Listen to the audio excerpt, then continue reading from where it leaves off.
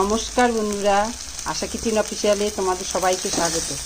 আজকে আমি তোমাদের সঙ্গে শেয়ার করব কমলি শাক আমি কীভাবে রান্না করি। অনেক রকম করে রান্না করা যায়, তা আজকে আমি নিরামিষই রান্না করব। তো চলো রান্নার ভিডিওটা শুরু করব, প্রথম থেকে শেষ পর্যন্ত দেখতে থাকো। আর একটা কথা বলছি, আমার চ্যানেলটা খুবই ছোট, তোমরা প্লিজ আমার চ্যানেলটা একটু সাবস্ক্রাইব করে দিও। নতুন নতুন ভিডিও দেখার জন্য পাশে থাকা নোটিফিকেশন বেলটি প্রেস করে দিও। তো চলো কমলি শাকের রান্নার রেসিপিটা শুরু করি। এখানে আছে কমলি শাক। আমি কমলি শাকটা রান্না করব। আমার তিনবার ধোয়া হয়ে গেছে। আমি সুন্দর করে আবার কেটে নিয়ে আবার পরিষ্কার করে ধুবো আরেকবার। এখানে এই কমলি শাকটা কীভাবে রান্না করি, এই যে আলু, বেগুন আর ঝিঙ্গা দিয়ে আগে প্রথমেই আমি কমলি শাকটা কেটে নিচ্ছি। কড়াই বসিয়ে দিলাম, গরমও হয়ে গেছে।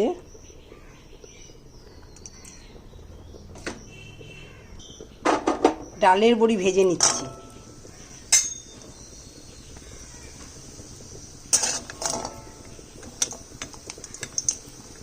ডালের বড়িগুলো খুব বড় বড়, হাতে বানানো ডালের বড়ি এমনি ভালো, কিন্তু একটু কেমন যেন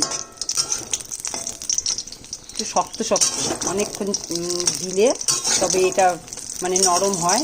মানে তরকারির মধ্যে অনেক আগে দিয়ে দিতে হয়, নাহলে এটা শক্তই থাকে। ডালের বড়ি ভাজা হয়ে গেছে।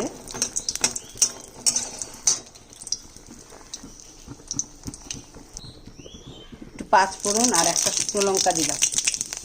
একটু নুন দিয়ে দিচ্ছি, কেন কি খুব গরমের মধ্যে আমার সেদিন মুখের মধ্যে তেল ছিটে এসছে। এই নুনটা দিলে আর মুখের মধ্যে তেলটা আসে না। এখন দিয়ে দিচ্ছি আলু, বেগুন আর ঝিঙে।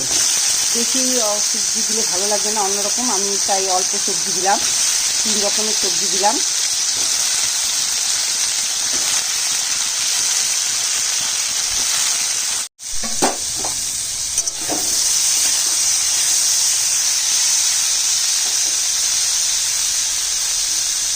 সামান্য হলুদ দিয়ে দিচ্ছি।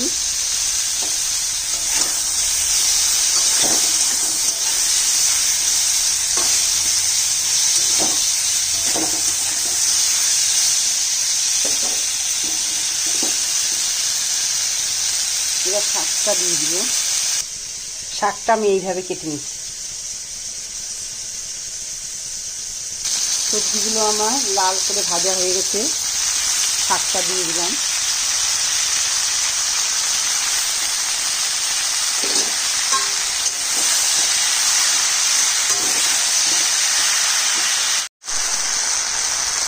স্বাদ মতো নুনটা দিলাম।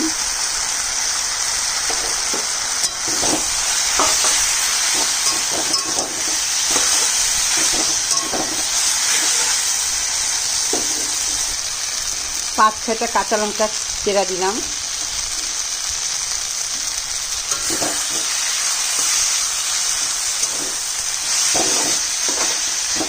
কমলি শাক এইভাবে রান্না করলে ভালো লাগে। কিন্তু আরেকটা কথা, কমলি শাকে হয়তো কেউ জানে না, কি জানে আমি জানি না, কমলি শাক খেলে কিন্তু খুব গা ব্যথা হয়। আর কমলি শাক খেলে এটা তোমরা রান্না করে খেয়ে দেখবা, হয়তো আবার কারো হয় কি না আমি জানি না, খুবই গা ব্যথা হয়। আবার এটা কিন্তু খুব প্রচুর পরিমাণে ভিটামিন এই কমলি শাকে। তো এইভাবে রান্না করে খেয়ে দেখো, খুব ভালো লাগবে। আর আমি এই যে দিয়ে দিচ্ছি 1 চামচ জিরা আর আদা বাটা। এর মধ্যে কোনো পেঁয়াজ রসুন চলবে না, আমরা পেঁয়াজ রসুন দিয়ে রান্না করি না। এইভাবে ভাজা ভাজা করলে ভালোই লাগে, কিন্তু এটা মাছ দিয়েও করা যায়। দিয়ে দিচ্ছি ডালের বড়িটা।